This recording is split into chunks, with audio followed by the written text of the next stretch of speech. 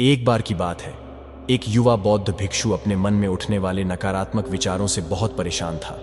वह बार बार गुस्से में आ जाता, दूसरों के प्रति नफरत महसूस करता और अपने दिमाग में नकारात्मक कल्पनाएं करता। उसने इन बुरे विचारों को खत्म करने के लिए बहुत सारे तरीके आजमाए, लेकिन कुछ भी काम नहीं आया। आखिरकार परेशान होकर उसने अपने गुरु से मदद मांगी। गुरु एक बहुत ही समझदार और ज्ञानी व्यक्ति थे। भिक्षु ने गुरु से पूछा, गुरुदेव, मैं अपने मन से नकारात्मक विचारों को कैसे खत्म कर सकता हूं? गुरु ने जवाब दिया, नकारात्मक विचार बादलों की तरह होते हैं जो साफ आसमान को धुंधला कर देते हैं। अगर तुम्हें साफ आसमान देखना है तो पहले इन बादलों को हटाना होगा।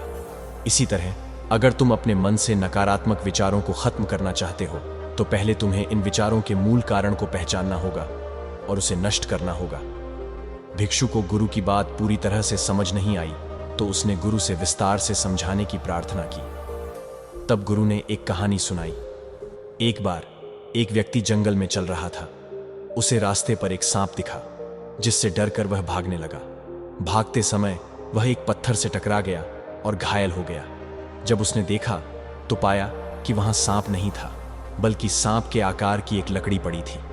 यह देखकर उसे समझ में आया कि उसकी चोट का कारण सांप नहीं, बल्कि उसके अपने भीतर का डर और नकारात्मक विचार था। गुरु ने कहानी खत्म की और कहा, तुम्हारे नकारात्मक विचार भी इस कहानी के सांप की तरह हैं। असली समस्या तुम्हारे भीतर छिपे हुए डर, भावनाएं और अतीत के बुरे अनुभव हैं। इसीलिए अगर तुम अपने मन से नकारात्मक विचारों को खत्म करना चाहते हो तो पहले तुम्हें इनका मूल कारण पहचानना होगा और उसे नष्ट करना होगा। इस कहानी को अपने जीवन में लागू करने के लिए गुरु ने कुछ सुझाव दिए। जागरूकता, अपने विचारों और भावनाओं के प्रति जागरूक रहो। देखो कि तुम्हारे भीतर क्या चल रहा है और हर नकारात्मक विचार के कारण का पता लगाने की कोशिश करो। अतीत की स्वीकार्यता, अपने अतीत की बुरी यादों और अनुभवों को स्वीकार करो और खुद को माफ करो। आभार, अपने जीवन के सकारात्मक पहलुओं पर ध्यान केंद्रित करो और आभार व्यक्त करो। इससे तुम्हारा नजरिया सकारात्मक होगा और नकारात्मक भावनाएं कम होंगी।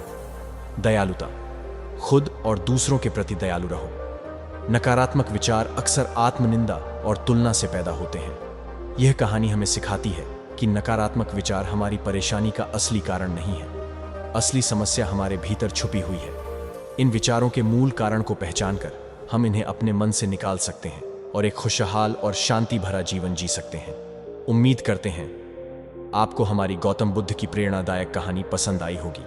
आप हमें ऐसा ही प्यार देते रहें और चैनल को लाइक और सब्सक्राइब करें और दोस्तों को शेयर करें। धन्यवाद।